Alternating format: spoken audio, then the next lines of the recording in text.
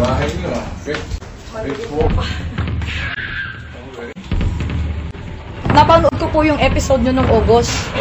Naghahamonan kayo nun sa yung galing muna bago bayad. Ngayon naisip ko, ang lakas naman ng loob ni Karen na maghamon. Kasi bitag pa yung hahamonin niya eh. Alam ko naman yung hindi pwedeng loloko-loko or manloloko ang lalapit. So hindi naman siguro siya maghahamon ng ganun kung hindi reliable yung product inaalok niya sa mga may sakit. So, meron kang maintenance na iniinom sa hypertension? Isoptin po, Berap. Isoptin, ilang milligrams yun? Bali, 240 milligrams kalahati lang po iniinom ko every morning. Para po sa hypertension ko. Nagsimula po yung high blood ko noong 2001, buntis ako nun sa bunsong anak ko. Okay. 4 months pa lang yung tiyan ko. So, nakaramdam ako noon ng pamamanhid dito, tapos masakit dito sa batok ko. Nung dinala ko sa hospital, ang BP ko po noon 160/100. Okay. So, sabi ng doktor ko, ano ko ng pre-eclampsia. After na mag-deliver ko yung bata via cesarean section noong 2002, nag-ano pa rin ako ng postnatal pre-eclampsia yun. So, they decided na i-continue ko yung gamot. Ano ba nangyari? Kasi talagang gusto ko nang tanggalin yung maintenance ko, yung isoptin ko ng 7 years. Kaya po medyo na curious ako, sabi ko, susubukan ko. Kasi sa 7 taon ko po na pag-inom ng Verapamil, yung isoptin 240 milligrams, hindi po nawala yung hypertension ko. Talagang nararamdaman ko, oot na susuppress yung hypertension ko, bumababa ang BP ko. Pero ang sama naman lagi ng pakiramdam ko, sumasakit po lagi yung ulo ko, nagche-chest pain ako. Okay. At the same time, parang laging pati mga kalamnan ko masakit. Anong sinabi ng doktor mo sa'yo? Binibigyan lang po niya ako ng Mobic, yung pain reliever. Okay. Parang sabi ko, hindi naman gumagaling. Bakit gano'n? Although nag-try na rin ako ng mga alternative, nag-exercise ako regularly. Minsan nag-change na rin ako ng food habit ko, pero sumubo ka na lang. Ako sir, initially, nung August, nung pumunta ako doon, right away, kumuha ako ng 2 bote. Uminom ako ng herbal. Talagang nung first week, sumakit lahat yung nag-magnify po lahat, sumakit lahat ng matindi yung ulo ko, yung dibdib ko, tapos yung mga kasukasuan ko. Sabi ni Karen nung tinawagan ko, sabi ko normal lang na reaction yan. Magandang indication yan na nagwo-work sa'yo yung gamot. Ano sinabi ng doktor nang malaman niya na nag-herbal ka? Ano po kasi, nung pagpunta ko sa kanya, 1 month after na ako nag-herbal.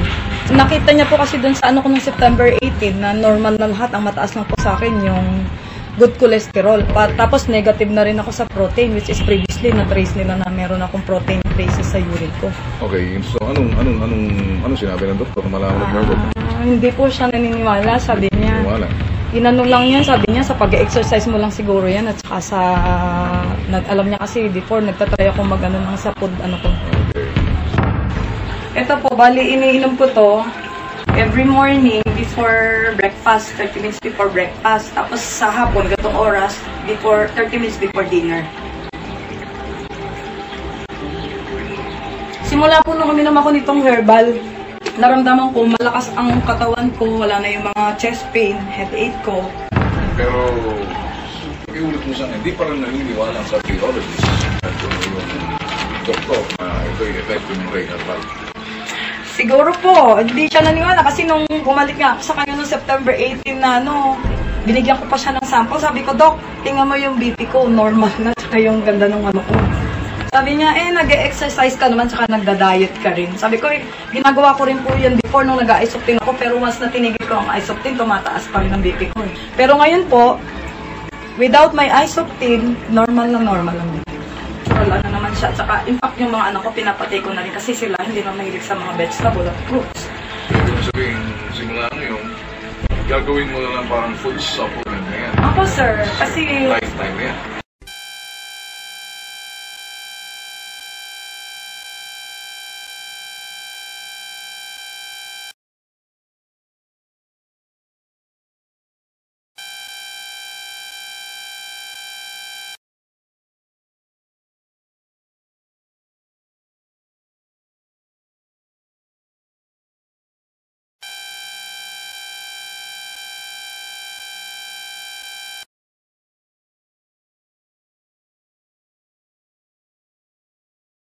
Minabuti ko po sapagkat kung pupunta pa kayo sa main office, napakalayo. Kaya naglagay po kami yung pong cell number na nakalathala sa ilalim ng screen na ito.